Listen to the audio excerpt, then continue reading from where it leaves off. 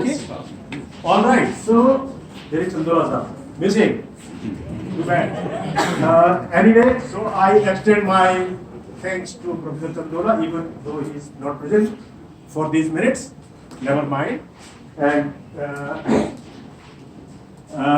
let me come to the topic of my talk. As I said, he had suggested me that I keep it at a elementary pedagogical lab level, and that's what I try to do. So, but you see, we have to accommodate many people or everybody in the conference. So I reduced my talk from 50 to 40, then 40 to 30 minutes. Anyway, I hope we live with that. So fine, the topic of my talk is black holes, wormholes, and time travel. As you can see, a lot of physics, a lot of philosophy, both. A good combination of both, and we try to make a journey through this. So let us have a nice view of this inspiring lake. Those who are from this place are privileged to be there. Such a beautiful, inspiring lake. And let me see, this picture is even more inspiring than the earlier one.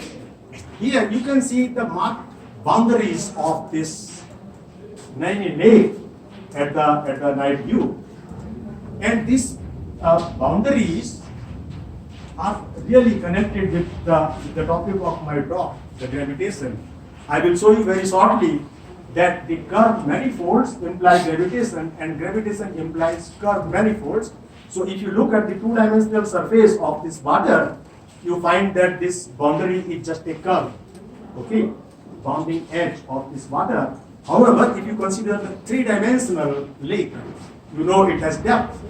So then this boundary edge curve would then be a bounding surface, okay.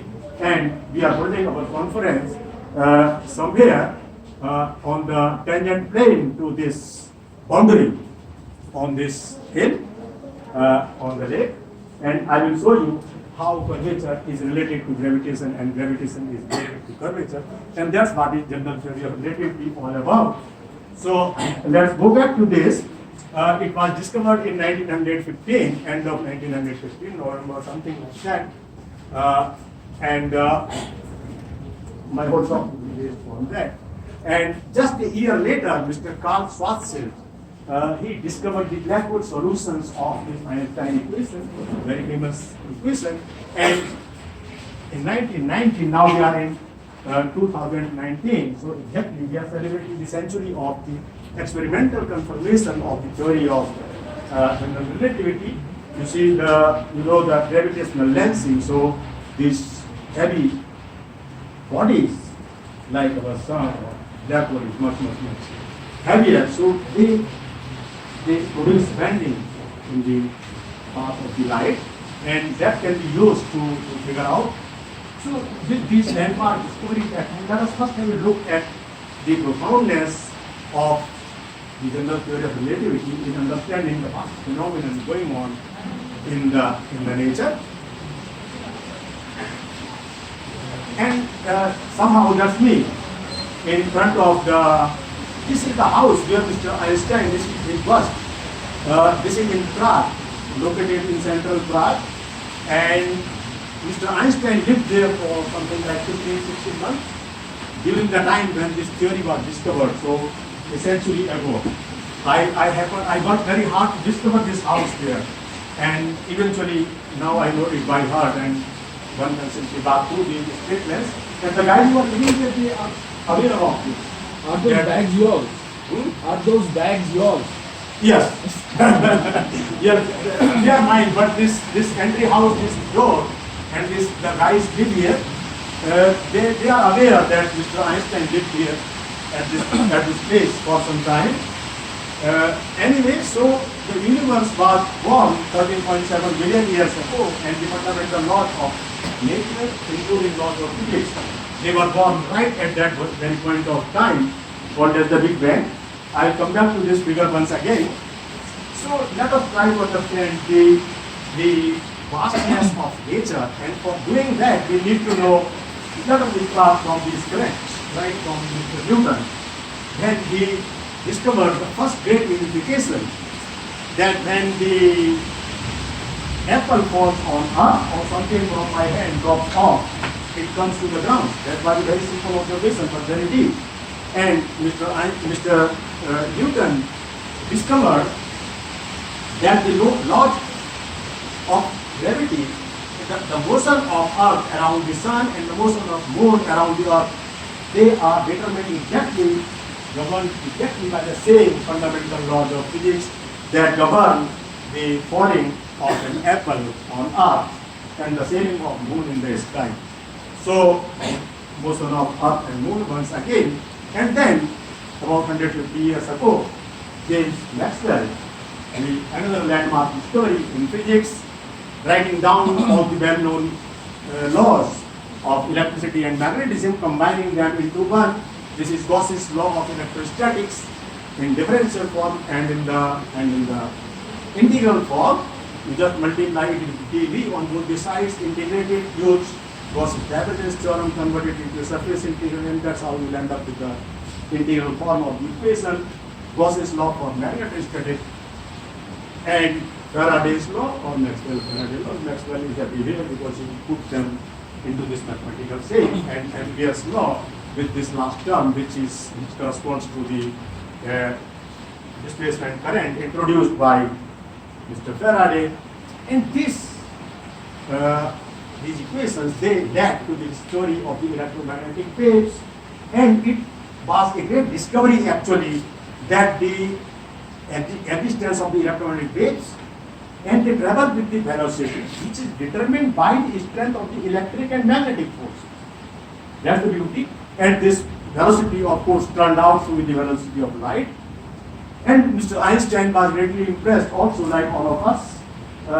Very frankly speaking, I also became a field theorist by fascinated mainly by mu, F nu, and so on. So I wanted to play around with these things, and that is how, so I'm not surprised that Mr. Einstein was impressed with that, and so eventually these four Maxwell equations, they can be put into these two forms, in the covariant form. This covariance has a very great deep significance in physics, and this is Mr. Hendrik Lorentz Poincaré, set a holy cow of physics, that these the Lorentz transformations, if you add another constant 4 vector, you get Poincaré transformation. So any theory which is invariant under base transformations is a relativistically invariant theory. Okay, so this is therefore the holy cow. And if you say laws of nature remain invariant under base, you talk about the strong principle of equivalence. However, if you say laws of motion remain invariant, you talk about weak equivalence principle. And okay, for Einstein's theory, laws of nature, so the remain invariant, and both special theory of relativity and general theory of relativity, both of them, they remain invariant under these transformations. I will tell you what is the difference in these two. In the later one, the metric tensor becomes a function of x nu, and that metric tensor itself becomes a field. And I will show you how it is directly related to the curvature of the space-time manifold. However, in case you say, no, I would be happy with my Galilean transformations and Galilean symmetry, no problem, but then you are working in a non-relativistic physics. You need to know this is called as Newton-Carpenter's theory of gravity. Now, look at the definition of the interval. You see, I hop onto a chopper or a helicopter, have a pistol in my hand. I shoot it once, shoot it another time. So these are two intervals. Here, in geometry, I would talk about the distance between 2 points, but in space-time, I would talk about the interval and the separation between these intervals, first shot and second shot. Okay, so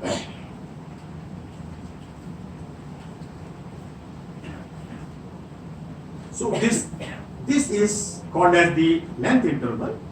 This is the proper time. This is eta mu dx mu. So you can, this is the, I will again come back to it in a much simpler form. And this eta is fixed, for example, for a Minkowski space with the signature -1 + 1 and its values, fixed values. However, if you replace this eta by g mu nu, which is now a function of x mu, then it's a field. Okay, and it has curvature built in, and when you make this as a constant, just eta mu nu, or you drop this x mu nu dependence, then you get back to the special theory of relativity. General theory is gone. Gravity disappears from your theory.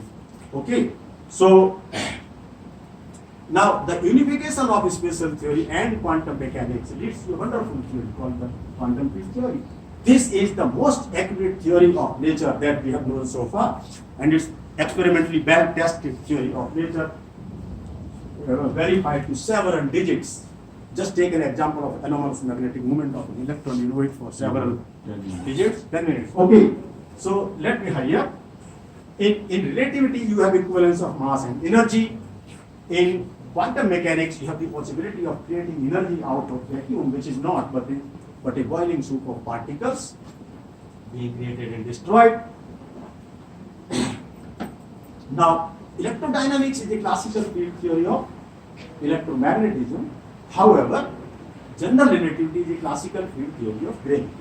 And it says that gravity is a manifestation of the curvature of space-time and vice versa. So, mass tells space-time how to curve, and curvature of the space-time tells mass how to move. I will show it to you in the Einstein equation. That is the Einstein equation. This left-hand side is determined purely by the geometry of space-time, and the right-hand side is determined purely by the matter energy. Okay, and if the cosmological constant is present in the theory, you also add it there. This is one of my role models, Mr. David Hilbert. I try to follow him.